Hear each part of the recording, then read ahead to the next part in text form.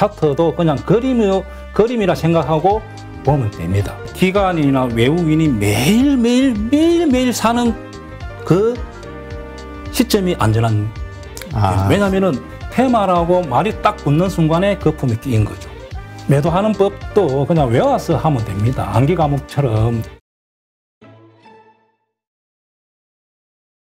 오늘 모신 분은 실전 공매도 책의 저자시죠. 대입장 김영옥 저자님 다시 모셨습니다. 안녕하세요. 네, 안녕하세요. 두 번째 만남입니다. 네, 지난번 영상 보면서 정말 많은 분들이 진짜 그 숨은 고수 실전 투자자이시기 때문에 이 얘기해 주시는 게 너무나 투자에 도움이 되는 아주 그냥 진국 같은 내용들이 많다 이렇게 막 반응이 좋아서 네, 다시 한번 좀 모셔달라고 네. 그래서 오늘 또 이렇게 모시게 됐는데요. 오늘 지난 시간에 이어서 조금 더 자세하게 이야기하셨던 그 투자의 기법들을 좀 질문 드리도록 하겠습니다. 예. 자, 오늘 제가 준비한 내용은 대입장의 차트 보기와 그리고 매도하는 방법에 대해서 설명할 예정입니다. 네. 일단 대입장 이게 우리 저자님의 김영옥 저자님의 닉네임인데 이게 제가 무슨 뜻이냐고 여쭤봤더니 데이 트레이딩의 짱이다. 예, 그런 뜻입니다. 예. 네, 알겠습니다. 그러니까 이 모든 어떤 투자와 관련해서 이야기해 주시는 걸 일단 트레이딩의 관점에서 우리가 봐야 되는 거죠. 예. 우리가 트레이딩이라고 하면 주로 며칠마다 거래하는 거를 주로 트레이딩이라고 이해하는 게 좋을까요? 당일이나 일주일 정도 매매하는 것을 트레이드라고 합니다. 당일 혹은 일주일 이내에 매도하는 거. 예. 알겠습니다. 이러한 것들을 이해하시면서 방송 보시는 분들은 참고하시면 좋을 것 같네요.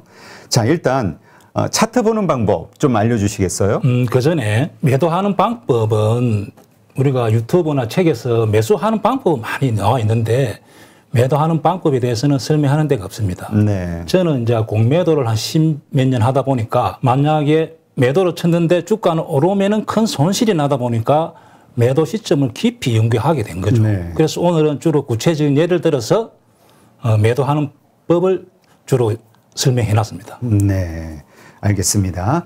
그 매도하는 것도 일단 기본적으로 차트를 통해서 분석해서 매도 타이밍을 잡는 거죠. 차트를 볼 줄 알아야만 매도하는 기법이 나옵니다. 네, 그러면 어떻게 매도 시점을 잡을 수 있는지 차트를 통해서 일단 한번 설명을 해 주시죠.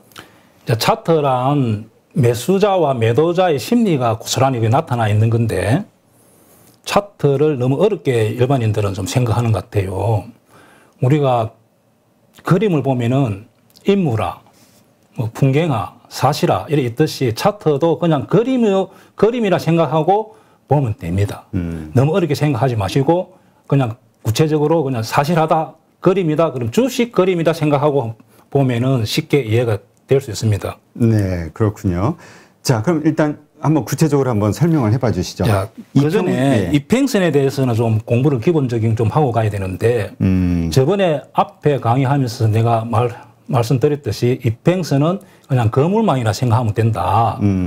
5일선은 5km 물건 힘을 견디는 거물망, 11선은 10km를 견디는 거물망, 21선은 200km를 견디는 거물망. 21선이 제일 중요하다는 뜻입니다. 네. 그럼 61선은 한 5km, 121은 한 5km 정도 이렇게 거물이라 생각하면 됩니다. 즉 갈수록 그렇죠. 높아지는 게 아니라 우리가 거물이 있으면 물건이 떨어질 때 안 떨어지는 역할을 해주는 거죠. 네. 그렇게 생각하면 이평선을 이해할 수 있습니다. 네, 그렇군요. 자, 일단 그러한 상황에서 그러니까 이제 생명선이 어떻게 보면은 가장 그 21선을 중요시 해야 된다 이렇게 볼 수도 있겠네요. 예, 맞습니다. 21선이 제일 중요합니다. 네. 일단 지난번에 설명해 주셨는데 그물망 다시 한번 좀 정리 차원에서 한번 보여주시겠어요? 무엇을 그물망이라고 하는지. 이때가 바로 그물망이 설치될 때가 매수 타이밍이라고 그때 설명하신 거죠? 예, 차트를 보고 제가 설명해. 자, 이렇게 이런 자리가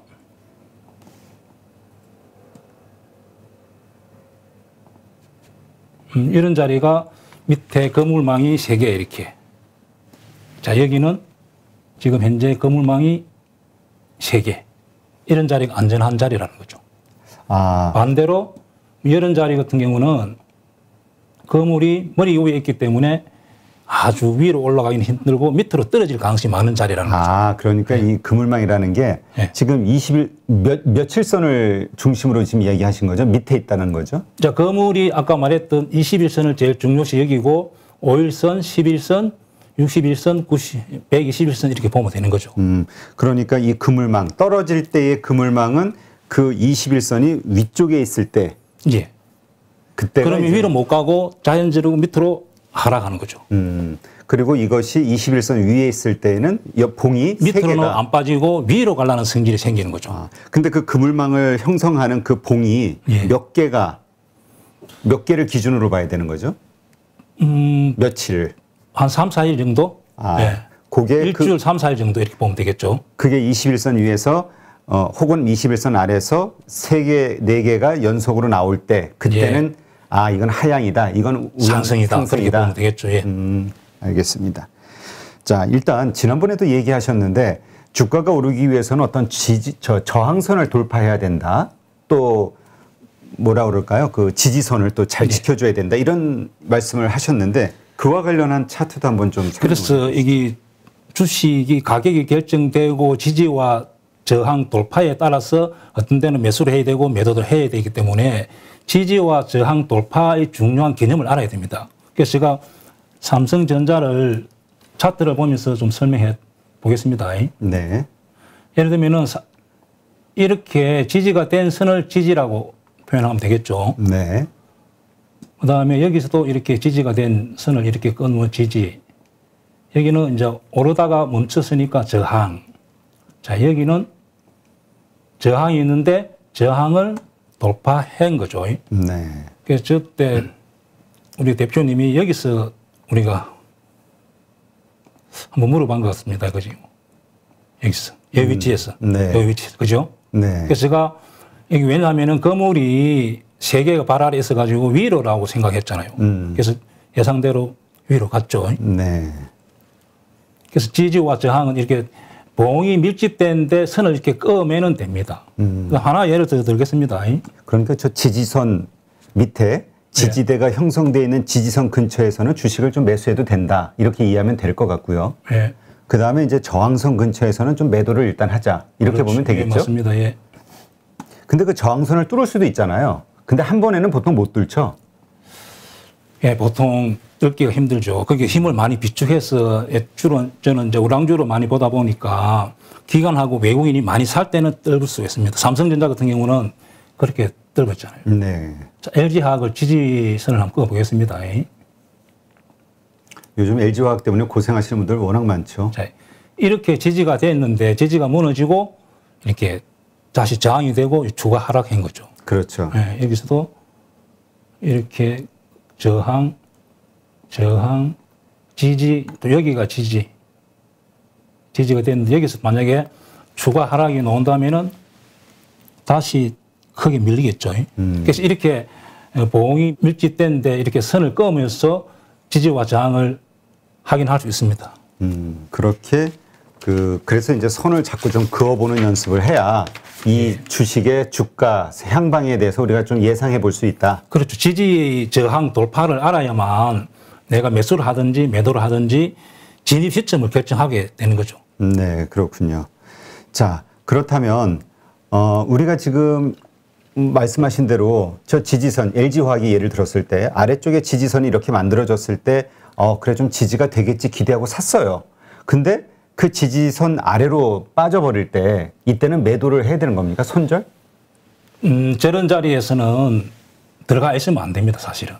자, 이런 자리가 너무나 위험한 자리입니다. 근데 지지선이 그어졌으니까 사람들은 여기는 지지해주겠지 이렇게 생각할 수 있잖아요. 그렇죠. 아니, 그렇게 되는 거야. 여기 무너지는 순간에 서로 손절 물량이 많이 나오기 때문에 하락폭이 굉장히 깊어집니다. 그래서 차라리 지지선이 여기 있다면은 약간 이렇게 올라왔을 때 사는 게 맞습니다. 이렇게, 우리는 이렇게 사는 게 맞지. 여기서 까딱까딱 할 때 우리 경상도 사투리 갔는데 지지선 근처에서는 사가 있다가 이렇게 무너지면은 급락이 나오는 거죠. 그러니까 아주 위험한 자입니다. 이 설명은 뒤에 자세히 또 설명이 되어 있습니다. 알겠습니다. 그러니까 일단은 지지선 그어놓고 그 지지선 근처에 그러니까 지지선을 찍거나 그 근처에서 살려고 하지 말고 안 되죠. 좀 절대 큰일 납니다. 그 사람들은. 예. 자, 예를 들면서 여기도 그런 경우죠. 자, 여기에 지지선이 있는데, 예. 여기서 무너지니까 추가 하락이 나와비잖아요. 그렇군요. 예. 근데 그 앞전에서 예를 들어서 샀다고 해도 예. 그 위에서 좀 샀다고 해도 오르다가 지금 하락을 했잖아요. 예. 그럼 저런 경우는 어떻게 이런 날 무조건 팔고 나와야 되죠. 아, 지지선 아래로 장중에 내려가면 팔고 나오고 매도를 해야 됩니다. 매도를 안 하니까 이렇게 크게 추가 하락이 나오는 거죠. 차라리 매도를 하고 지지가 되고 조금 비싸게 사는 게 맞습니다. 네, 그렇군요. 이 리스크가 너무 크기 때문에 지지를 무너지면 크게 하락이 나옵니다. 특히 행보가 긴 차트에서는 하락폭이 너무 큽니다. 그래서 물타기 하려 생각하지 말고 저기서 매도를 하고 다시 올라오면 매수하든지 아니면 완전히 다시 하락했을 때 매수를 하든지 이렇게 해야 되지 지켜보고 있으면 안 됩니다. 리스크 관리 차원에서. 네, 그렇군요. 자, 이렇게 해서 지지선하고 저항선에 대해서 한번 다시 살펴봤고요. 일단 우리가 그 투자하기 좋은, 그러니까 추세 매매를 한다고 보통 표현을 할 때의 그 차트 모습은 정배열이잖아요. 예. 일단 정배열, 그 다음에 또 역배열일 경우에는 또 반대의 경우에는 투자하지 마라 이런 얘기도 있는데 요거는 어떻게 이해하시는지? 자, 제가 차트를 세 가지로 이제 구분하는데 하나는 정배열. 네. 이걸 갖다 저는 양지 차트라고 표현합니다. 양지 차트. 반대로 역배열은 엄지 차트라고 표현합니다. 반대로 이렇게 행보하고 있는, 특히 지금 현대차 같은 경우는 행보하고 있으니까 그렇죠. 섭지 차트라고 합니다. 섭지.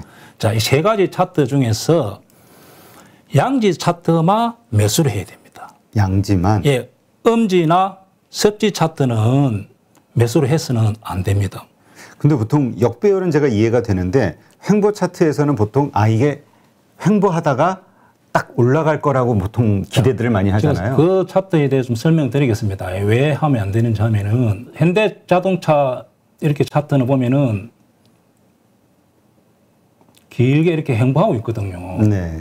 자, 이렇게 행보하고 있기 때문에 이 박스권을 돌파하기가 사실 어렵습니다.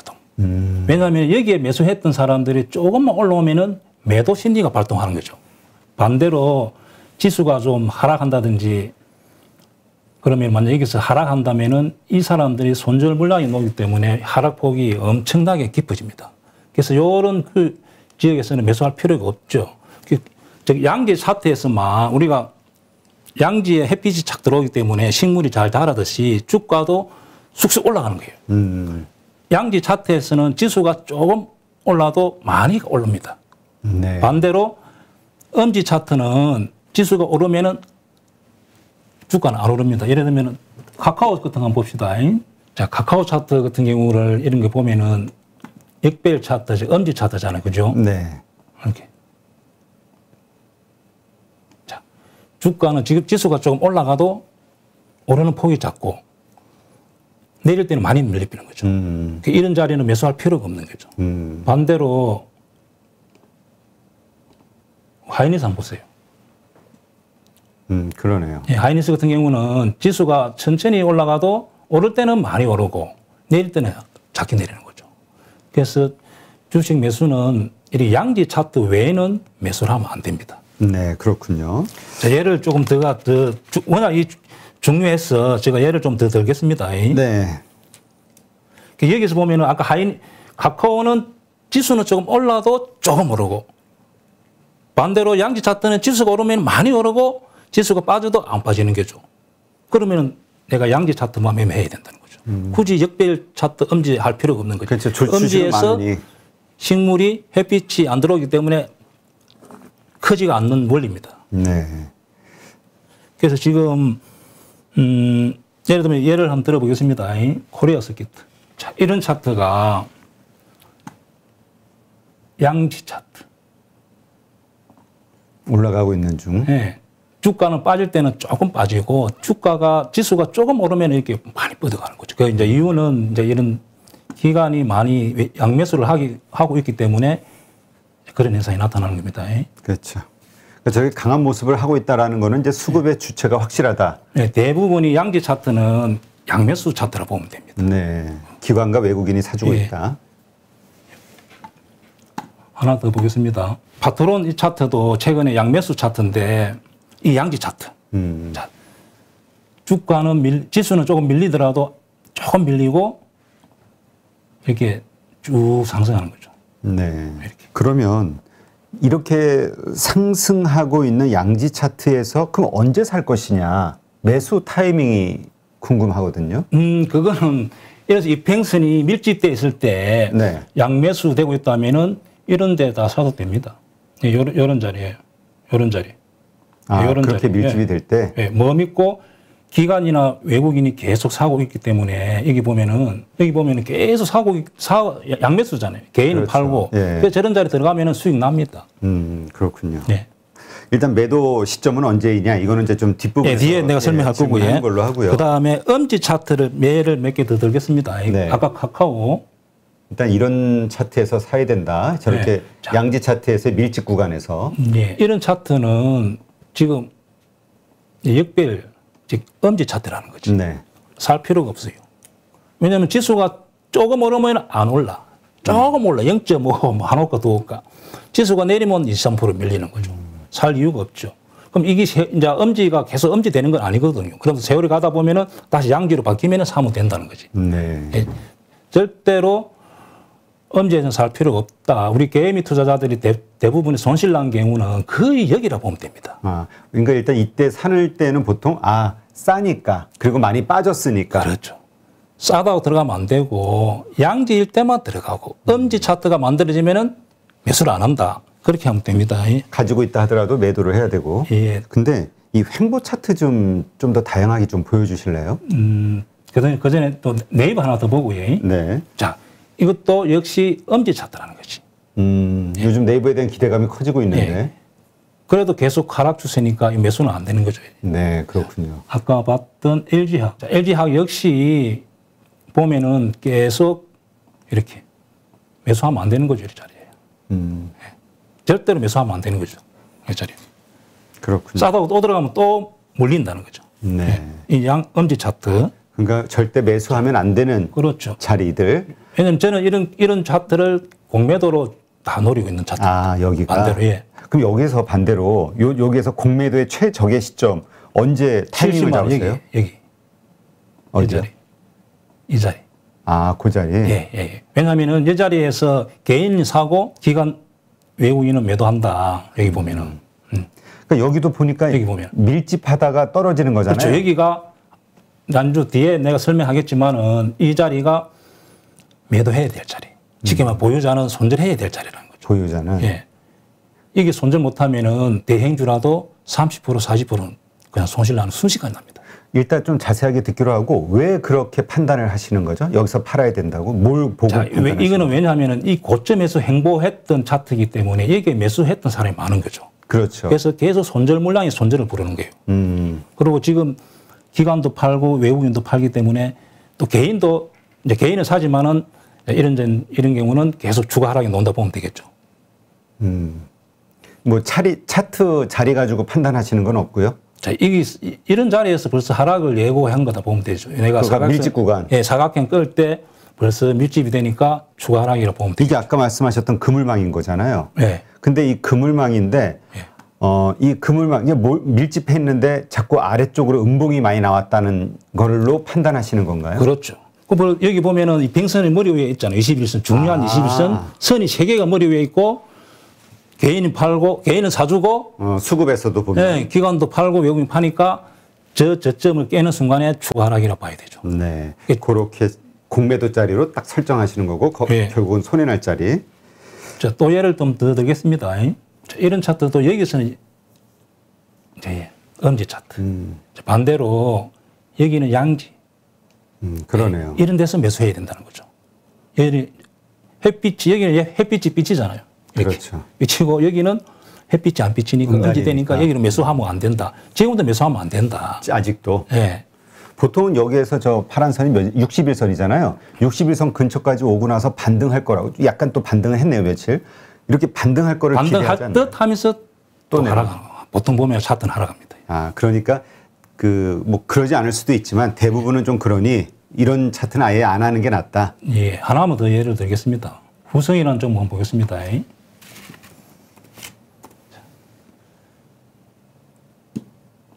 이런 구간에서는 한번 매수는 하면 안 된다는 거죠. 저는 이제 이런 구간에서 여기 반대로 공매도로 쳐서 여기 정리했죠. 이렇게 반대로. 항상 매매하더라도 이렇게 양지 햇빛이 비치는 지역에서만 해야 된다. 네. 딱 그렇게 그 원칙 하나만 지켜도 상당히 걸러지겠네요. 기업들이.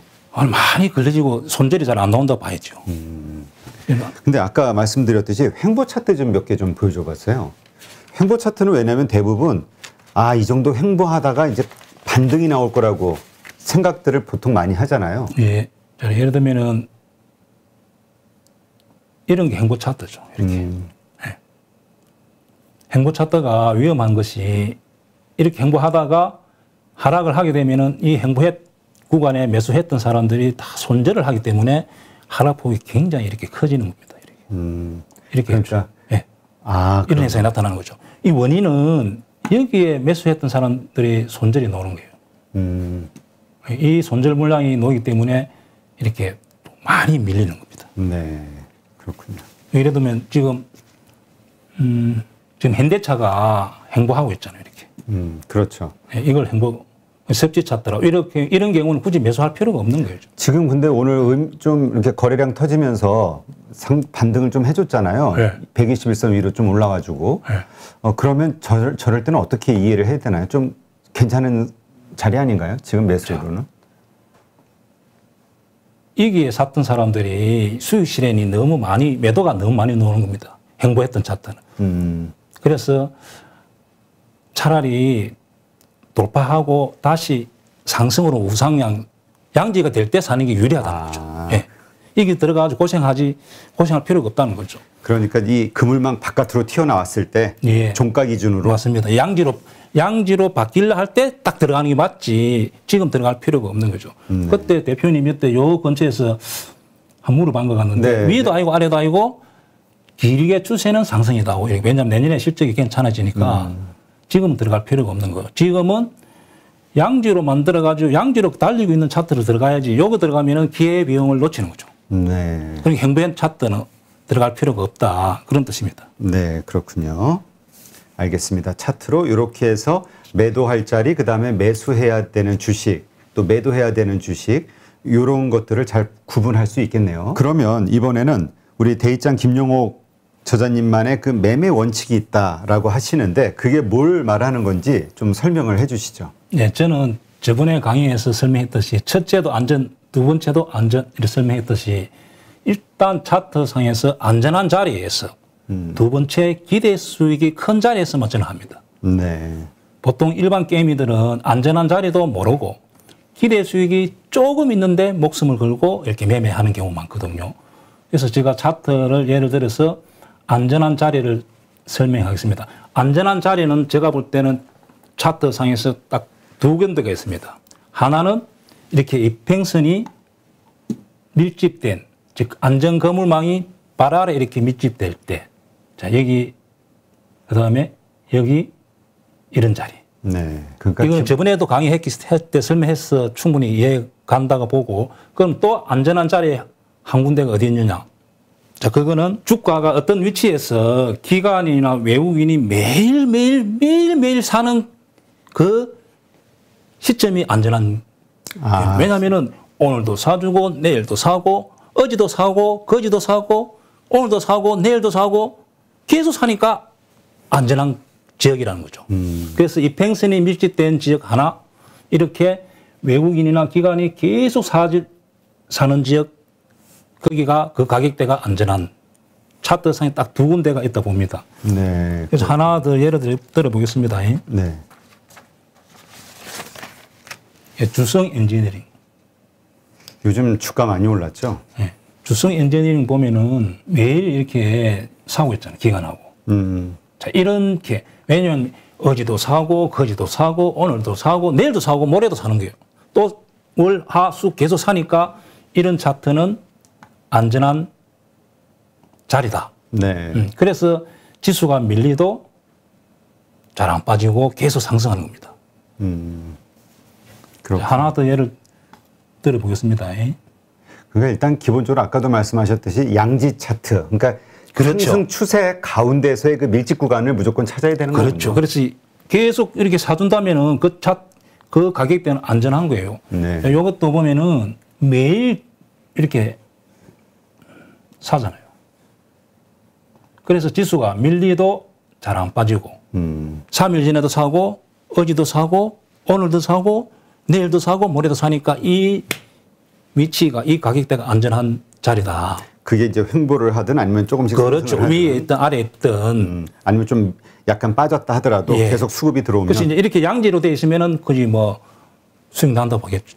근데 이걸 말씀을 들어보니까 반대로 공매도를 절대 칠 수 없는 자리. 절대로 이렇게 치면 안 됩니다. 제가 이런 데 많이 쳐가지고 3억을 때렸는데 3천만 원 된 적이 몇 번 있습니다. 아, 손절도 10%. 네, 손절도 뭐 3억, 5억 세 번 적도 있습니다. 아, 그래요? 묻습니다. 이렇게. 처음에 모르고 이런 데서 그냥 많이 올랐다고 공매도 친 적이 많이 있습니다. 네, 그렇군요. 네. 네, 그러면 이번엔 그 조금 전에 말씀하셨듯이 기대 수익이 큰 자리, 안전한 자리는 알겠는데 어디에서 사야 그렇게 크게 수익을 많이 낼 수 있을지 그 부분을 좀 설명해 주시죠. 네, 설명 한번 해보겠습니다. 자, 예를 들면 공이 이렇게 뛰면은 대표님 별 기대 수익이 없겠죠. 계속 이렇게 반복하니까. 그렇죠. 올라갔다 또 내려오니까. 반대로 공이 높이 올라갔다가 뚝 떨어지고 땅에 부딪히고 쭉 올라오면은 약 고점에서 한 70%, 80% 올라온 성질이 있거든요. 여기가 기대 수익 큰 자리입니다. 아, 그래요? 자, 예를 들어서 여기서 뭐 유상증자 이런 누수로 이렇게 공이 뚝 떨어졌잖아요. 이렇게. 네. 네. 뚝 떨어지니까 이 폭이 큰 거죠. 이렇게. 그래서 이 자리가 이런 자리가 기대 수익이 있던 큰 자리입니다. 네. 급락했던 주식. 그렇죠. 반대로 또 위치적으로 기대 수익 큰 자리는 신고가 근처입니다. 예를 들면은 주성 엔지니어링. 예를 들면 이런 자리, 신고가 근처, 이런 자리.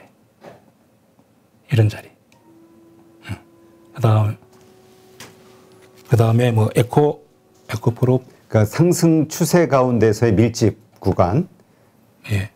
아니, 이제 신고가 신고가 근처 구간이 아주 기대 수익 큰 자리죠. 아. 예를 들면은 아까 공이 높은 데서 삼성중공업 같이 뚝 떨어지고 딱 올라오는 자리.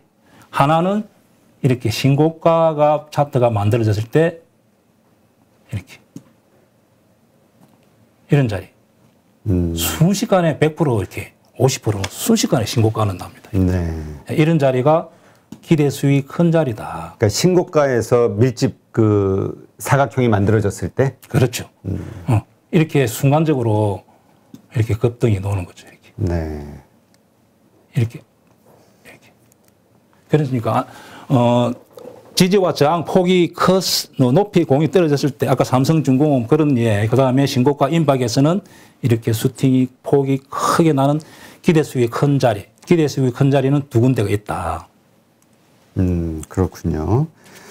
자, 그러면 이번에는 지금 사야 되는 그 자리 사각형을 긋는 방법 있죠? 예. 그 방법에 대해서 좀 설명해 주시죠. 저번에 방송하고 많은 사람들이 댓글로 사각형 끊는 방법을 모르겠다. 어떻게 끊는지 나는 안 된다. 이해 가는 사람도 있다. 이해 못 간다. 막 그렇게 해서 요번에 좀 예를 제가 몇 개 들어보겠습니다. 또 댓글로 많이 질문을 해놨더라고. 최근에 제가 매매했던 종목입니다. SK케미칼. 여기 보면은 차트가 여기 지지에서 공이 대표님 뚝 떨어졌잖아요. 네. 그리고 여기가 이렇게 사각형을 제가 꺼보니까 어떻습니까? 이렇게 깔끔하게 사각형이 나오더라고. 그래서 약 한 10% 정도 제가 여기서 사서 수익을 낸 종목이다. 여기서. 여기. 자, 이렇게 사각형 이렇게 끊는 겁니다. 그 다음에 또 최근에 제가 매매했던 종목인데 예를 들어서 여기서도 보면 이렇게 사각형 끈을 껐을 때 이렇게 꺼보는 거죠. 이렇게. 근데 이평선이 발알이 있고 거물망이 발알이 있고 이렇게 공간이 놓으니까 이렇게 슈팅이 놓았다. 그리고 그때 말씀하셨던 게 이 공간 안에 예. 그 봉들이 많이 없어야 된다. 그렇죠. 쉽게 말하면 사각형이란 의미는 물린 사람이 없다. 매물대가 없다 표현을 이렇게 제가 사각형을 만들어 보는 거죠. 일반 깨미들이 이해를 잘 못하니까 선을 직접 그어보세요 이렇게 하니까 이해력이 좋아서 이렇게 제가 아이디어를 낸 겁니다. 그러니까 이제 결국 이 사각형을 긋는 거는 매물대가 이 가격대에서 팔 매물이 얼마나 되느냐 이거 그렇죠. 그걸 확인하는 겁니다. 네. 자, 또 다른 종목을 한번 그어보겠습니다. 예를 들면 LGU 플러스 이렇게 보면은 이렇게 선을 그렇게 즉 오늘 가격 주가에서 이렇게 끊는 거죠. 이렇게 꺼서 약 15% 20% 이렇게 한 달간 거래일수 20일에서 한 40일 20일에서 20에서 40일 높이는 15% 20% 정도 이렇게 껐을 때 공간이 비어 있다면은 특히 이제 대행주 중에서 기관이나 외국인이 사준다면은 위로 봐야 되죠. 이렇게 끊는 겁니다. 네, 알겠습니다. 자, 예를 들어서 하나만 더 꺼보겠습니다. 하나만 몇 개 더 꺼보겠습니다. 자, 이게 사각형을 꺼봄으로써 일반 개미 투자자들도 좀 쉽게 매매를 할 수 있다. 종목을 분석할 수 있다. 이 가격대에서 사각형이 이렇게 껐을 때 매물대가 있잖아요. 그렇죠. 그래서 제가 여기서 공매도가 되는 주식 선물이 되는 종목이니까 이렇게 반대로 이게 밑으로 이렇게 껐을 때 공간이 놓으니까 밑으로 이렇게 내려가는 거죠. 그러니까 밑에 사각형이 밑에 거지면 이거는 내려갈 수밖에 없다. 그렇죠. 이런 또 카카오를 한번 보겠습니다. 네. 지금 우리 게이미 투자자들 많은 물리 있는 종목이겠죠. 자, 여기서 이렇게 제가 껐을 때 보세요. 이 뱅선은 거물은 머리 위에 있고 공간이 막히잖아요. 네. 그래서 제가 여기서 공매도를 했습니다. 여기 요 부분에서. 여기 요 한 5% 정도 수익 났죠. 이렇게. 왜냐하면 이런 유통 물량이 크고 대행주다 보니까 좀 배팅을 크게 하면 수익이 크게 나겠죠. 네. 이런 자리는 또 반대로 현재 여기서 이렇게 꺼보면은 공간이 탁 막히니까 위로 못 가는 거죠.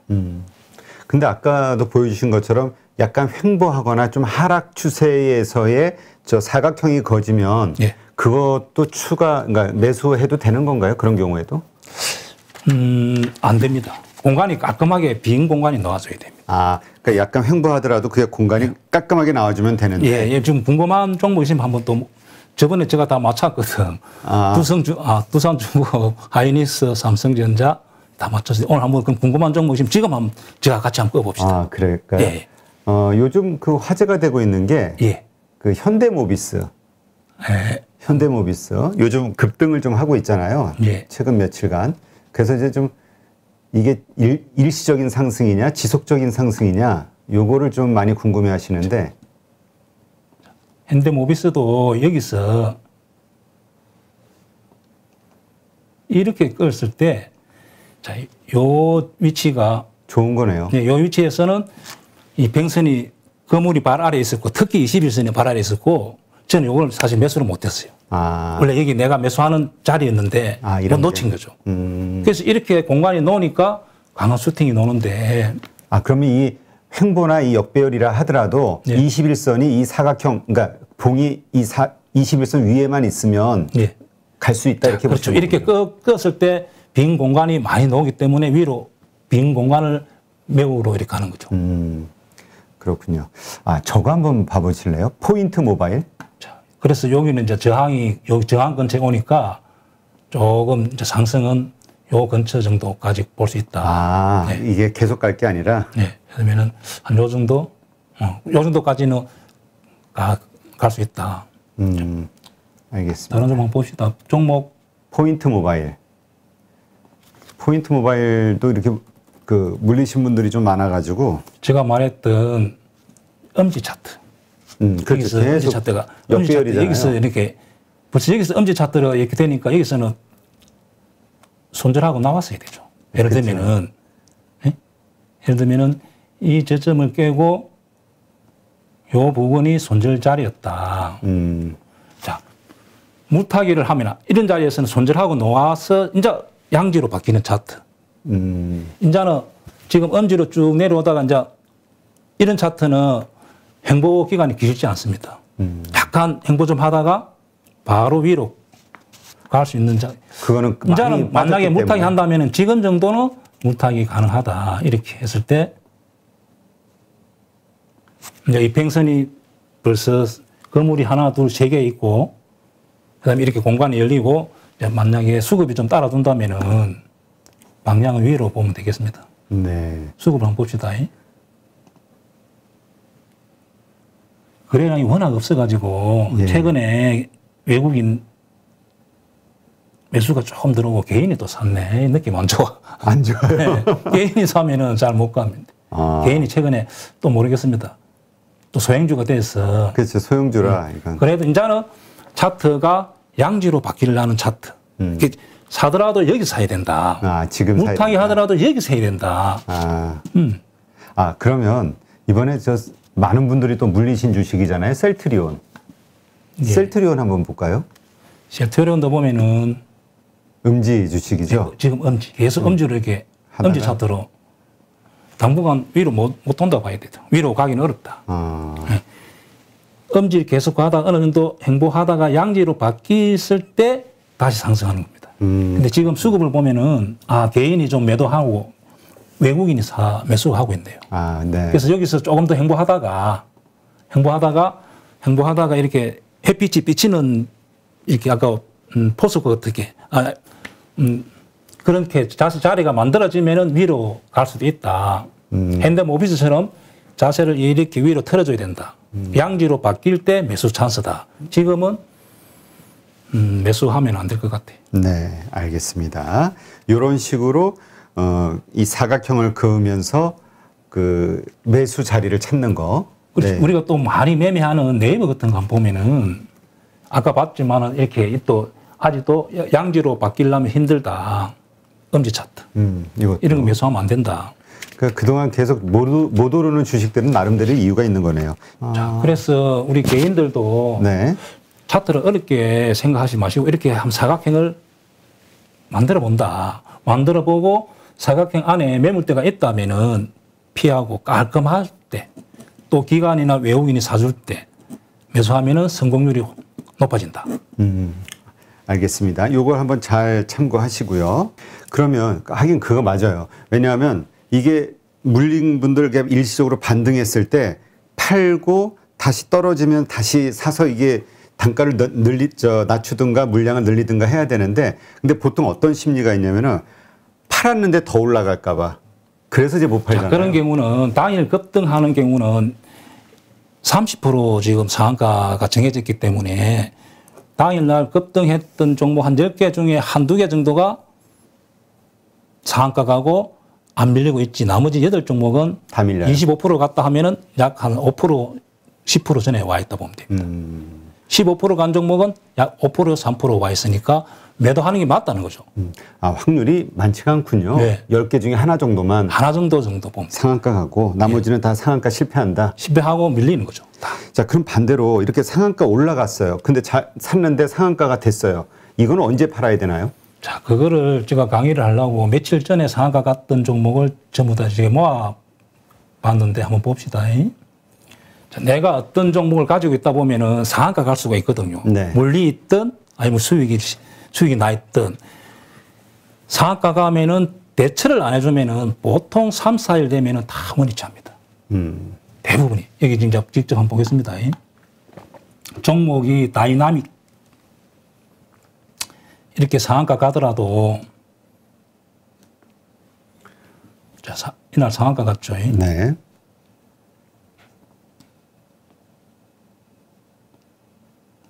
이렇게 원위치하는 거죠.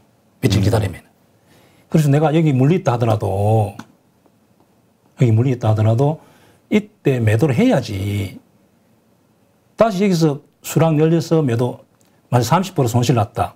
여기 매도하고 수락 늘리고 한 번만 더 올라오면은 수익이 나는 거죠. 그래서 이렇게 꼭. 그럼 잠깐 제가 이해가 안 되는데, 자, 상한가 갔어요. 그럼 그 다음날 매도 시점을 어떻게 잡는다고요? 그거는 아까 내가 말했던 원리와 똑같습니다. 고점에서 6%. 5점에서 만약 5% 출발했다. 전일 종가가 5%, 0% 오면은 매도하고 15% 갔다가 다시 10% 정도 시연 9% 오면 매도하고 원리는 그렇게 하면 됩니다. 아, 그렇군요. 자, 이거를 그러니까 일단은 지켜보는 거군요. 바로 파는 게 아니라 그렇죠. 지켜보고 네. 올라가는 그 흐름을 보고. 네.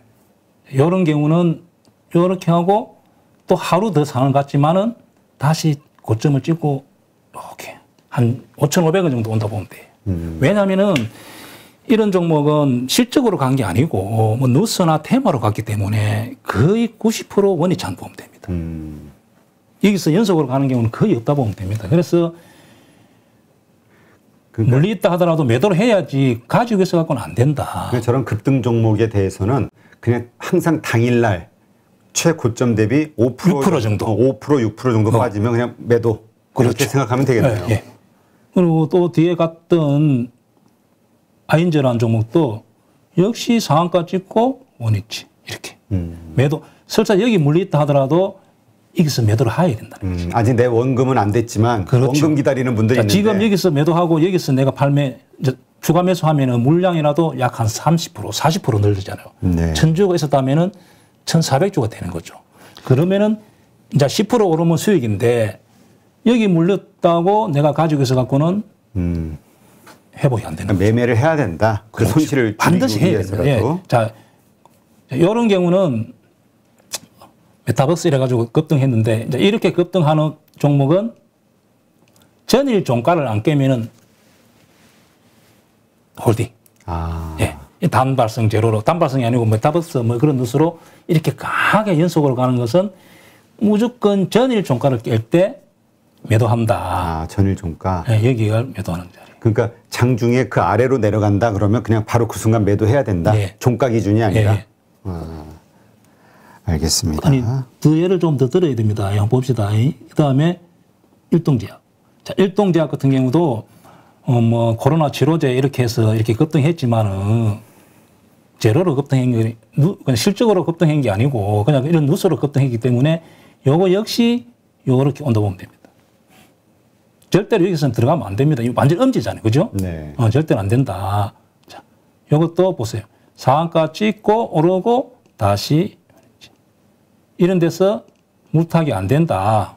그러네요. 지금 하루에 상한가는 요즘 하루에 한 3개에서 5개. 원래 상한가가 40년 전에 주식했던 사람 이야기 들어보니까 2% 하루 상하 폭이. 현대차 같은, 현대건설 같은 경우는 한 달 내내 상한가 갔다 하더라고. 저는 주식 시작할 때 12%. 2%면은 진짜 8%, 12%부터 제가 주식 시작하고, 그 다음에 8%에서 12%, 15% 바뀌고, 그 다음에 15% 바뀌다가 이제 30% 바뀐 거죠. 그래서 상한가 간 종목을 가지고 있어가 안 된다. 한국 브랜드 같은 경우도 이날 상한가 치고 다시 가고, 이렇게 거의 여기 밀린다 보면 됩니다. 네. 자, 빠르게 보겠습니다.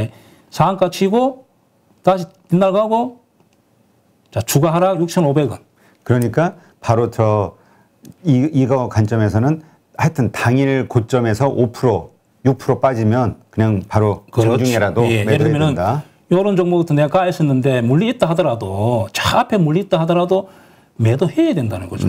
그냥 누스나 테마로 갔기 때문에 실적과 무관하기 때문에 거의 다시 오르기 전 약간 한 여기서 100% 하면은 한 80%, 20% 정도 여기까지는 온다고 보면 됩니다. 그렇군요. 예.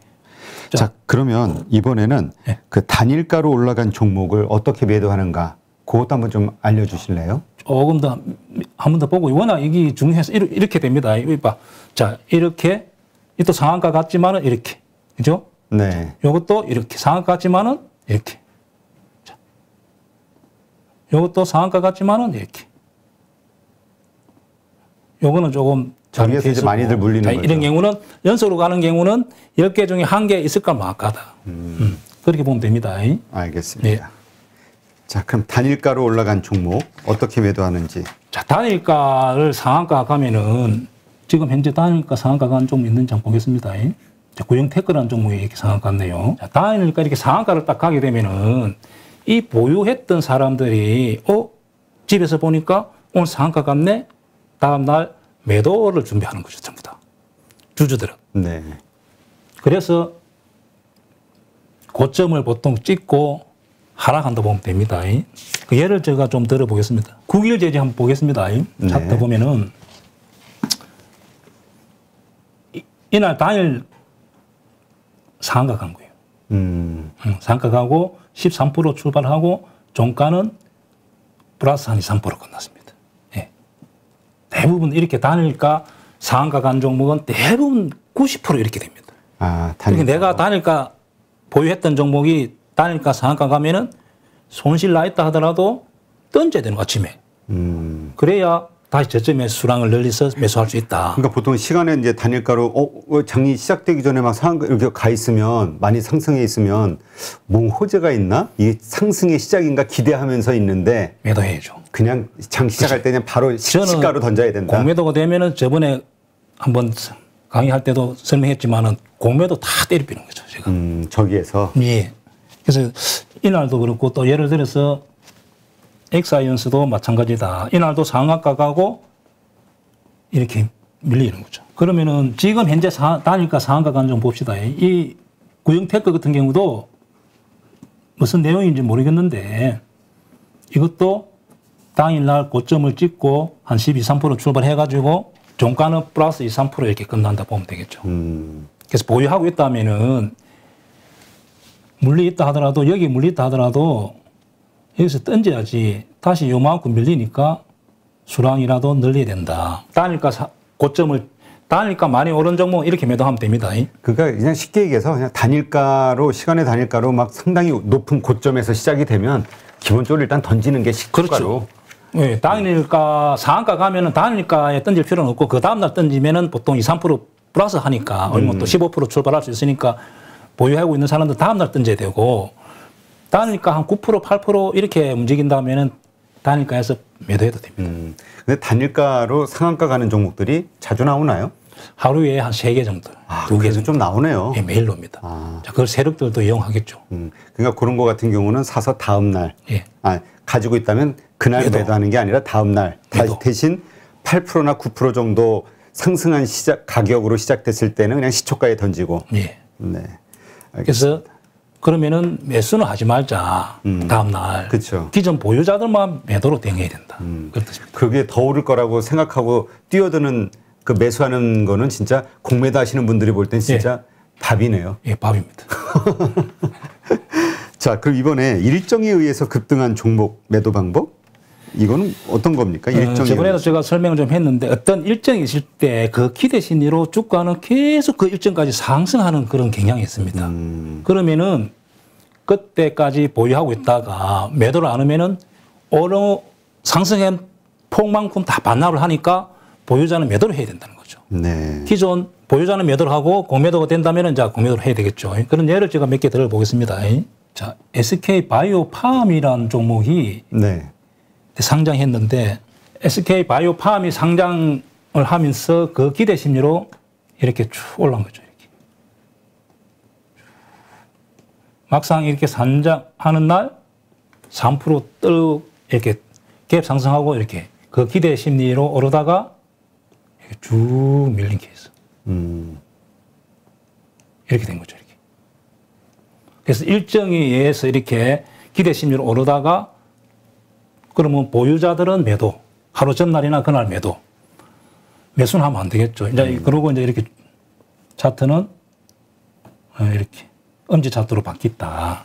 자, 저번에 이런 경우도 그런 경우도 이렇게 안철수 대선 출마 선언하고 이렇게 이런 경우. 그 다음에 저번에 지옥이라는 연속극. 네. 드라마가 그게 했을 때 J 컨텐츠리 이날. 이게 나온 날, 그러니까 뉴스가 그렇죠. 기대 심리로 이렇게 쭉 올라온 거죠. 그리고 올랐지만은 이날 매수는 절대 안 되겠죠. 보유자는 매도. 그리고 이제 엄지 차트로 바뀌는. 지금 정리를 좀 해보면 일정에 의해서 급등한 종목들은 그 일정, 그 이벤트가 터지는 날 바로 매도를 해야 된다. 그날 물리면 큰일 난다. 시가에? 예. 시가나 아니면 그 전날 매도하는 게 맞다. 아, 오히려 그 하루 전에 예. 종가에? 예. 알겠습니다. 그렇고. 왜냐하면 이거는 실적과 무관하게 그냥 일정에서만 기대 심리로 올라온 거죠. 그렇죠. 운용 심리로. 그래서 반대로 매수는 하면 안 되고 저럴 때 물리면 안 되겠죠. 자, 그럼 이번엔 테마주 매도법을 한번 좀 볼까요? 테마란 실적과 무관하게 군중 심리로 이렇게 급등하는 걸 테마로 그렇죠. 합니다. 제가 한 20년 하면서 모든 테마가 실적하고 이렇게 무관하다 보니까 오른 폭만큼 다 반납하는 경우를 100% 반납하더라. 반납하는 경우는 거의 못 봤다. 그래서 예를 들어서 제가 좀 설명해 보겠습니다. 옛날에 기생충 테마라고 바른소원 같은 경우 예. 최근에 많이 오르기도 했지만은 이런 경우 이때 이렇게 오르고 그 오름폭을 거의 다 반납했다. 이렇게. 그러니까 테마라는 것은 거품이 이렇게 쭉 끼고 오를 때는 좀 오르는 폭이 급하게 오르고 내릴 때는 완만하게 오르기 전 가격 거의 다 반납한다. 모나미라고 옛날에 또 모나미. 외국주 테마 네. 그런 경우도 일본하고 무역 분쟁 때문에 많이 급등했던 차트죠. 이렇게. 이렇게 급등하더라도 실적하고 전혀 관계 없으니까 그렇죠. 이렇게 많이 급등하고 천천히 이렇게 내리는 거죠. 이렇게. 주봉을 보겠습니다. 이렇게 계속 내가 볼 때는 더 내려야 한다. 이렇게. 오를 때는 경사가 심하고 내릴 때는 이렇게. 그러니까 이런 테마주가 급등했을 때 그럼 매도를 어떻게 한다는 거죠? 언제? 좀 하지 말라는 거죠. 매수를 하지 말라는 거죠. 아, 매수를 하지 왜냐하면 마라. 테마라고 말이 딱 붙는 순간에 거품이 끼인 거죠. 그래서 개인들은 테마주를 매매 안 하는 게 맞다. 안 하는 게 맞다. 근데 만약 가지고 있는 분이라면 매도를 언제 해야 되죠? 그건 뒤에 제가 설명 다시 하겠습니다. 네. 자, 마스크 테마라고 옛날에 50이라고 이런 경우도 자, 실적과 무관하니까 이런 현상이 나타나는 거죠. 이렇게. 아까 모나미하고 비슷하죠. 여기 때 물리있을 때 매매해가 손절 안 하면 평생을 고생하는 거죠. 평생 이거 뭐 언제 오를 줄 안 알고. 오르는 거죠, 다시. 또 50은 특히 마스크도 생산 안 한다 하니까 네. 이렇게 거의 다 반납하는 거예요, 이렇게. 모든. 자, 그럼 이제 이런 테마주는 급등하는 테마주, 예. 어떤 이슈에 의해서 급등하는 테마주는 사지 마라. 근데 이제 대부분은 나는 그래 올라가는 요 중간이라도 좀 잘라 먹을 거야라고 생각하고 들어가는데 들어갔다가 크게 물리는 거죠. 그렇죠. 크게 물리. 네. 그래서 안 하는 게 답이다. 예. 이렇게 이해를 하겠습니다. 그래서 뭐 CJ 같은 경우도 실적은 좋았는데 진단 시약 이렇게 오르고도 결국 오름폭 다 이렇게 그렇죠. 반납하는 거죠, 이렇게. 그러니까 이제 그래서 지금 이러한 테마주, 근데 이 테마주 같은 경우 이제 단발성 재료로 시가가 급등하는 경우도 있잖아요. 예. 그런 경우는 그럼 어떻게 매도를 해야 되나요? 일단 한번 매도 방법에 대해서 한번 집중적으로 들어가 보죠. 단발성 재료는 그냥 시가 부근에 매도하면 되고, 또 테마주 하나를 예를 들어 좀 들어게 봐야 되겠습니다. 왜냐하면 지금 대선이 얼마 안 남았잖아요. 네. 그래서 지금 일본 게임이들이 대선 관련주, 인물주를 많이 보유하고 있기 때문에 좀 이걸 설명하고 넘어가겠습니다. 이제 우리들 후브레인은 문재인 대표적인 테마였거든요. 이렇게 아무 실적과 무관하게 지지율 1위라 해가지고 이렇게 오르다가 이게 지금 주봉이네요. 주봉. 네. 선거 하기 직전에 이렇게 그대로 반납하는 거죠. 이렇게. 대선 테마주는 100% 오르기 전에 가격에 반납합니다. 대표적인 이런 경우입니다. 그래서 대선 테마주들은 인물주는 이만큼 위험하다. 여기서 물렸을 때 12,000원 물린 사람들 2,000원까지 답이 없는 거죠. 그렇죠. 홍준표 테마주 한번 봅시다. 자, 이게 그때 당시 대선 시점의 그 차트인 거죠. 그렇습니다. 예. 네. 자, 홍준표 테마도 지지율 좀 약간 높을 때 이렇게 움직였다가 이렇게 빠졌잖아요. 근데 그 전에 이렇게 여기서 올라왔기 때문에 결국 더 빠집니다. 이거는. 이렇게. 그러니까 여기 물리면 손절을 하든지 매매를 하면 안 되는 거죠. 보유하면 안 되는 거죠. 또 경남 스틸도 그렇고 또 한 종목 보겠습니다. 대선 테마주는 거의 100% 이렇게 끝난다 보면 됩니다. 홈센터 홀딩스 이렇게 되는 거죠. 이렇게 지지율 높다고 오르다가 이렇게 오르다가 만약에 그러면 홍준표가 후보가 됐다. 가냐고 안 갑니다. 안 갑니다. 지금 안 빠지고 이렇게 요 정도 있겠죠. 네. 약간 요정도 있다가 이제 마땅 당선이 되든 패배하든 원위치 하는 거죠. 네. 자, 한국 선제 하나부터 보겠습니다. 지금 우리 게임들이 선거 관련주들 많이 가지고 있어가지고 조심하라고 설명하는 겁니다. 이렇게 되는 거죠. 야, 많이 빠지네요. 거의 원위치잖아요. 근데 그렇게 말씀하시니까 요즘 그 메타버스 붐이 엄청 좋았잖아요. 예. 테마. 예. 이건 어떻게 보세요? 저도 이렇게 될 거라 봅니다. 하락한다. 아, 메타버스도? 예, 왜냐면은 이유가 많잖아요. 예, 실제 들어갔을 때 매출이 일어나고 순이익이 나야 되는데 과연 그렇게 될 수 있냐고 생각하면은 자, 옥석을 가려야 된다고 대부분이 제가 뭐 태양광이라든지 수없이 테마주 또 실적과 연관된 테마주도 봤지만은 결국은 많이 하락하더라. 고점을 찍고. 네, 그렇군요. 자, 그러면 지금 이제 문제는 이재명 테마주 대표적인 에이텍이라는 종목인데 자, 주봉을 한번 보겠습니다. 자, 요거는 여기서 시동 이렇게 올라오고 이렇게 행보하다가 이렇게. 대표님, 요 앞으로 어떻게 되겠습니까? 뭐 거의 더 많이 하락하겠네요. 선거 날까지. 맞습니다. 한 5천 원에서 한 6천 원 정도 보면 되겠죠. 왜냐하면 실적과 관계없이 됐기 때문에 지금 23,000원이니까 그럼 거의 5분의 1로 그렇죠. 5분의 1 거품이 가까이 끼고 떨어진다. 다 손절 물량이 넣어서 이렇게 하락하는 거죠. 그렇군요. 자, 윤석열도 테마주가 저는 원래 테마주를 안 하기 때문에 그 알고는 있죠. 매매는 저는 안 합니다. 왜냐하면 주로 대행주 위주로 매매하기 때문에. 그냥 이렇게 위험하다는 걸 이제 알려주시고 싶어서. 예. 자, 덕성이라는 종목인데 주봉상에 이렇게 된 거죠. 이렇게 오르고 아까 홍준표 테마주하고 비슷합니다.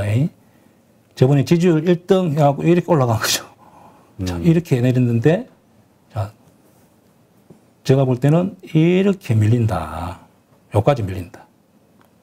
앞으로 지금 현재 17,000원, 14,000원이니까 한 5,000원 정도 보면 됩니다. 네.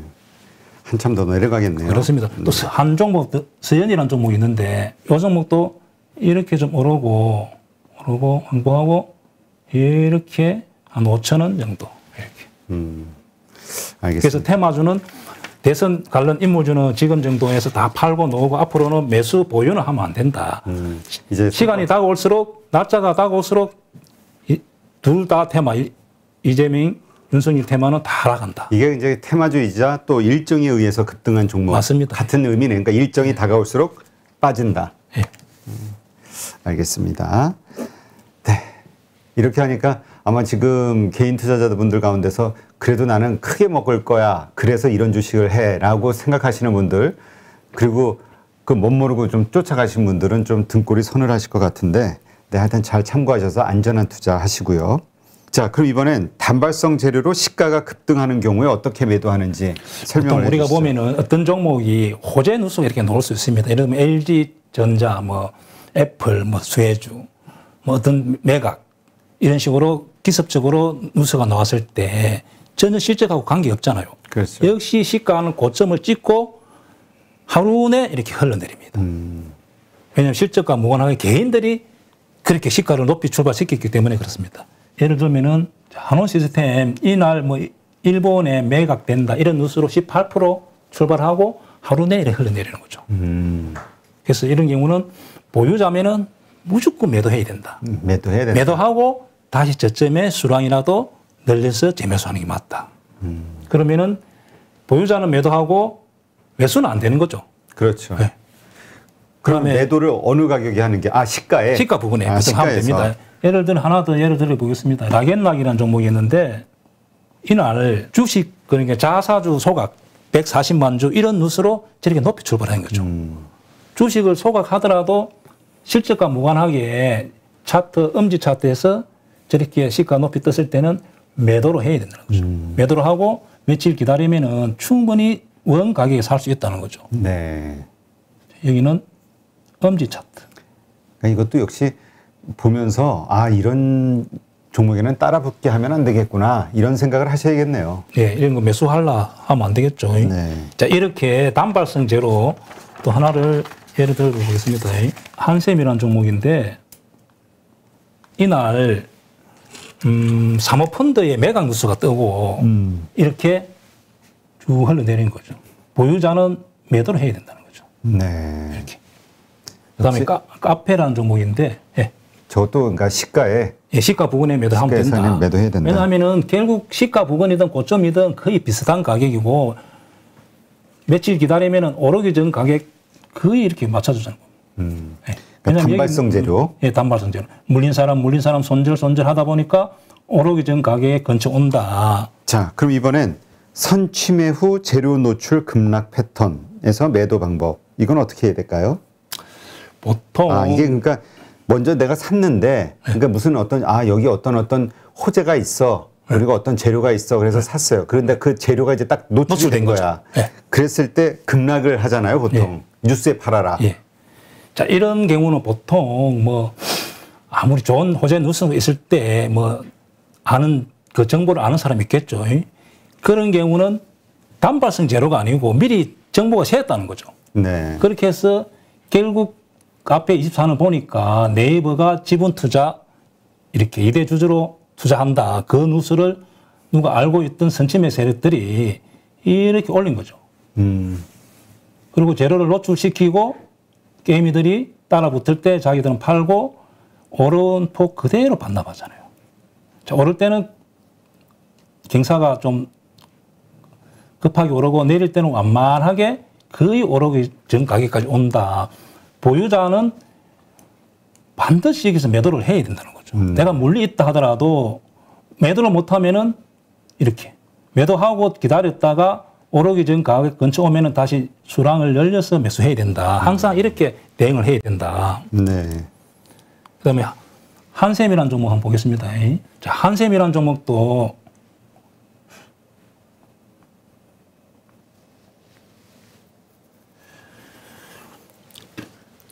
이 세력들이 일단 정보를 아는 사람들이 사모펀드에서 인수한다는 걸 알고 이렇게 올리고 그날 재료 노출시키고 이렇게 급락 원위치 하는 거죠. 네. 그러면 보유자는 여기서 매도를 해야 된다는 거죠. 요 부분에서.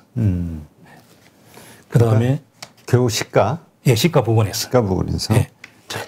그 다음에 인터파크라는 종목이 하나 있는데 인터파크라는 종목도 여기서 뉴스는 그 여행사 야놀자. 네. 야놀자가 인수 최대주 변경으로 이렇게 급등을 했죠.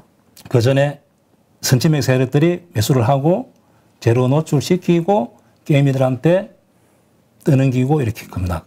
자, 보유자면은 여기 물려있다 하더라도 이 내용을 보고 여기서 매도를 해야 된다는 거죠. 매도를 하고 다시 여기서 재매수하면은 수량이라도 20% 이렇게 늘어나는 거죠. 알겠습니다. 자, 그러면 이번에는 이 급등한 게 아니라 이 주가가 이제 신고가를 만들어 가면서 상승하고 있는 가운데서 이제 매도하는 방법 어떻게 할 것이냐. 자, 신고가 쉽게 말해 양지 차트에서 계속 상승할 때 언젠가는 하락하거든.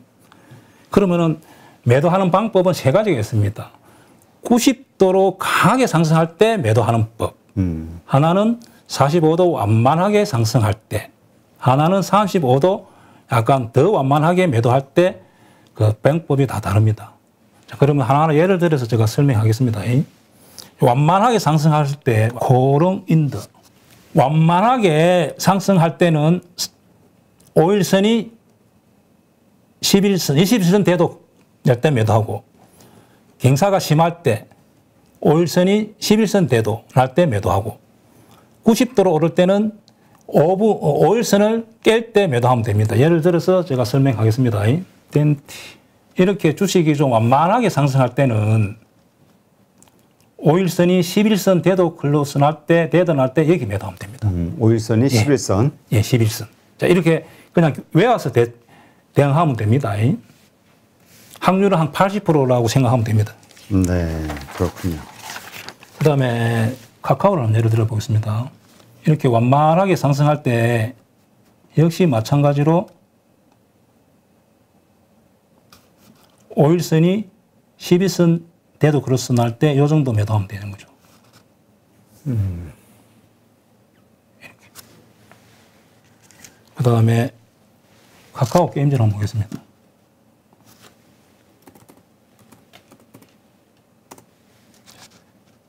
이것도 이렇게 완만하게 상승할 때 5일선이 11선 되돌아날 때 이 정도 매도하면 된다. 자, 하나 더 예를 들어 보겠습니다. 오스텀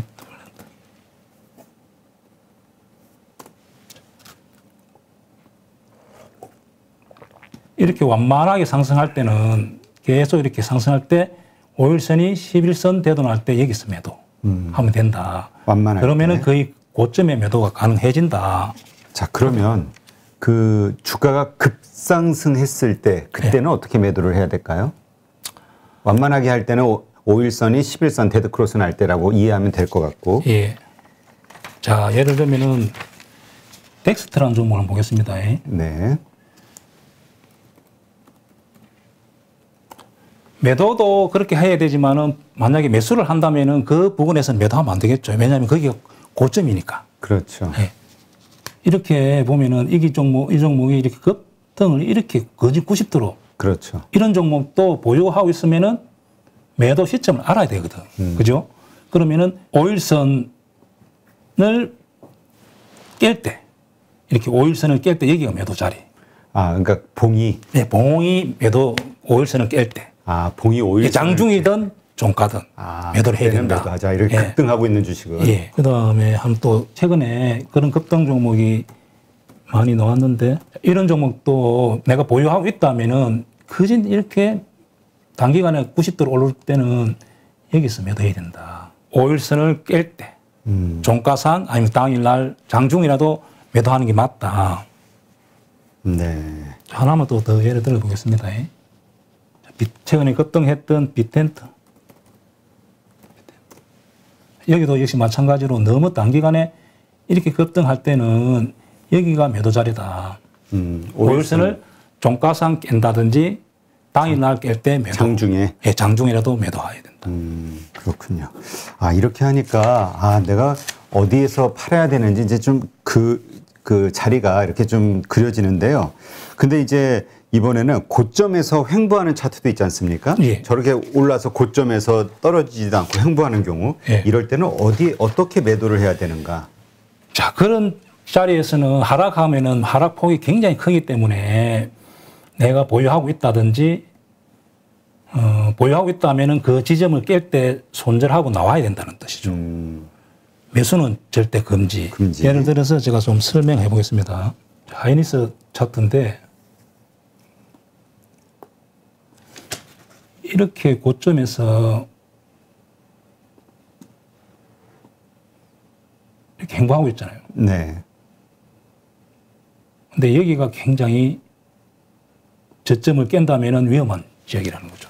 이평선이 머리 위에 있고, 그럼 이런 자리에서는 여기에 내가 물리 있다 하더라도 매도하는 게 맞습니다. 매도하고 차라리 조금 다시 자세를 앞에 설명했듯이 양지 차트로 바뀌면은 조금 비싸게 사는 게 맞지. 이 순간을 놓치면은 손절을 못 한다면은 매도를 못 한다면은 크게 이렇게 하락하는 거죠. 이렇게. 네. 이런 자리 손절, 여기도 마찬가지죠. 여기는. 네. 이런 자리는 매도하고 차라리 기다림이 낫다. 양지 자세를 만들 때, 네. 예를 들면 이제 양지가 만드니까 여기 매도하고 여기를 매도를 하고 다시 차트가 양지로 만들어질 할 때 매수하는 게 맞다. 그러면 이 저점에서도 횡보하는 경우들이 있지 않습니까? 예. 그럴 경우는 어떻게 합니까? 자, 고점에서 횡보하는 거 하나 또 예를 더 들어보겠습니다. 하나만 갖고 안 되니까. 네. 이제 예를 들면 대표적으로 이런 차트가 그런 차트입니다. 이렇게 고점에서 이렇게 횡보하고 있다가 참 저렇게 횡보할 때는 다들 기대하는 게 위로 횡보 기간을 거쳐서 위로 올라갈 걸 기대하는데 급락하는 경우들도 많죠. 예, 여기 오면은 매도를 해야 된다는 거죠. 왜냐하면 여기에 산 사람들이 전부 다 손절을 하기 때문에 네. 빠지면은 하락폭이 굉장히 크기 때문에 이 구간에서는 매도로 즉 손절을 해야 된다는 거죠. 손절하고 차라리 자세가 이렇게 잡아서 양지로 만들어질 할 때 비싸게 주고 사야지 이 타이밍을 놓치는 순간에 이렇게 급락이 나와버리는 거죠. 무거운 종목이라도 50% 40%는 순식간에 이렇게 납니다. 여기가 너무 위험한 자리입니다. 고점에서. 그러네요. 고점에서 회복. 예를 들어 하나 이렇게 얼마나 위험한지 또 하나 예를 들어보겠습니다. EX 이런 차트도 마찬가지죠. 자, 이렇게 고점에 행보하다가 결국 여기서 손절을 해야 된다는 거죠. 손절을 안 한 순간에 여기에 매수했던 사람들이 전부 다 서로 손절을 하려 하기 때문에 위에 이렇게 밑으로 공간이 열리기 때문에 크게 이렇게 하락이 나오는 거죠. 순식간에 50% 40% 손실 난다. 아, 그러겠네요. 여기를 손절 자리나 여기가. 반대로 공매도 자리지만은 이 길을 놓치면 안 됩니다. 이제 다시 손절하고 이 종목이 욕심이 난다 하면은 양지로 바뀌잖아요. 그럼 다시 여기서 매수해야 되죠. 그렇죠. 아, 이렇게 보니까 정말 살자리하고 팔자리가 확실하게 보이네요. 그 이번에는 이제 저점에서 그 횡보하고 있다가 그러니까 횡보하는 주식 어떻게 매도해야 될지 한번 볼까요? 역시 저점에서도 이렇게 횡보하고 있다가 지지가 깨지면 크게 하락하니까 그 자리도 손절을 해야 된다. 근데 우리가 저점에서 하면 그래도 떨어질 만큼 다 떨어졌으니까 더 빠지진 않겠지 이런 생각을 하는데 네. 근데 그게 위험한 생각입니다.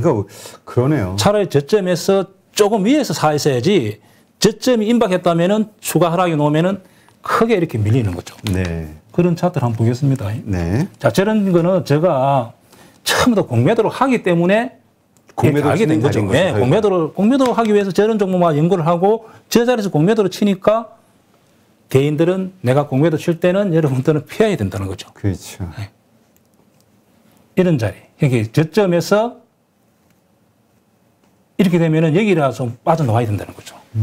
여기를 못 빠져나오면은 그냥 대형주라도 순식간에 30% 50% 이렇게 순식간 한 달, 두 달도 안 걸립니다. 손실폭이. 네.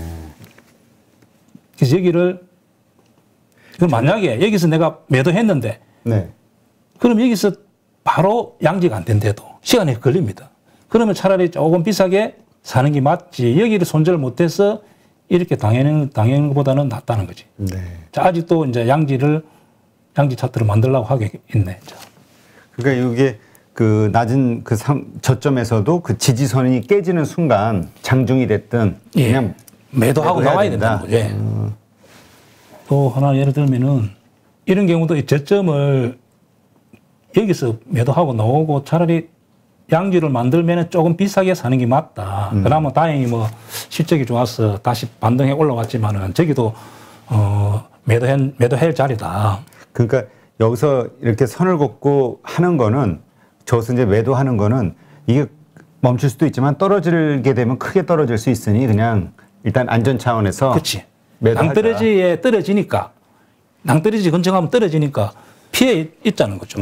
낭떠러지가 멀어지면 다시 내가 진입하는 게 맞다는 거죠. 네. 낭떠러지 떨어지는 순간에 대형주라도 한 40% 50%는 순식간에 난다. 그렇군요. 이렇게 살펴보니까 정말 우리가 어디에서 주식을 사야 되고 어떤 자리에서 매도를 해야 되는지 이게 확실하게 보이네요. 예. 네. 알겠습니다. 이게 또 공매도 반대로 이 공매도를 쳐야 되는 자리가 이제 우리가 쉽게 얘기하면 사면 안 되는 자리니까 결국 같이 매도해야 되는 자리니까. 네. 자, 이렇게 제가 좀 깊이 있게 매도 자리를 아는 것은 수없이 공매도를 하다 보니까 이것만 집중적으로 연구한 거죠. 그래서 저 자리를 손질 안 하면은 너무나 위험한 자리다. 차라리 낭떠러지 부근에서 피해 있다가 안전한 위치에서 내가 매수하고 기다리는 게 맞지. 낭떠러지 떨어지는 순간에 순식간에 대형주라도 20% 50% 난다. 알겠습니다. 하여튼 이게 지금 많은 주린이 분들에게는 상당히 큰 도움이 되셨을 것 같아요. 정말 20년간 쌓은 노하우를 이렇게 아낌없이 알려주셨기 때문에 많은 분들이 주식 고르는 것도 어렵지만 언제 팔아야 될지를 정말 알기 힘들다, 어렵다 이런 얘기 하시는데 상당히 큰 길잡이가 되지 않았을까 이런 생각이 듭니다. 하여튼 그 대입장 김용옥 저자님, 예, 실전 공매도 저자시죠. 공매도의 고수시기 때문에 이런 반대 측면에서 바라보는 이 주식 투자, 이게 얼마나 우리한테 그 유용한 어떤 다른 관점을 주는지 이 설명을 들으면 들을수록 이게 확 이해가 좀 넓어지네요. 예. 매도하는 법도 그냥 외워서 하면 됩니다. 암기 과목처럼 80% 정도는 맞으니까 이렇게 외웠다가 공식을. 다음에 대응을 하자. 알겠습니다. 네, 오늘 또 이렇게 멀리 또 창원에서 올라오셔가지고 이렇게 좋은 인사이트를 또 아낌없이 우리 주린이 분들께 이렇게 알려주셨는데 제가 대신해서 감사 인사드릴게요. 오늘 정말 고생 많으셨고요. 예, 마지막으로 더 궁금한 혹시 내용이 있다 하면은 제가 대입장 밴드를 운영하고 있기 때문에 거기 와서 질문하면은 제가 상세히 답변 드립니다. 네, 알겠습니다. 네, 오늘 이제까지 실전 공매도 저자시죠. 대입장 김용옥 저자님과 함께 아주 유익한 시간을 가져봤고요. 계속해서 또 다음에 또 올라오는 질문들 가지고 또 한번 나중에 또 이런 시간을 또 만들도록 하겠습니다. 오늘 고생 많으셨습니다. 네, 고맙습니다.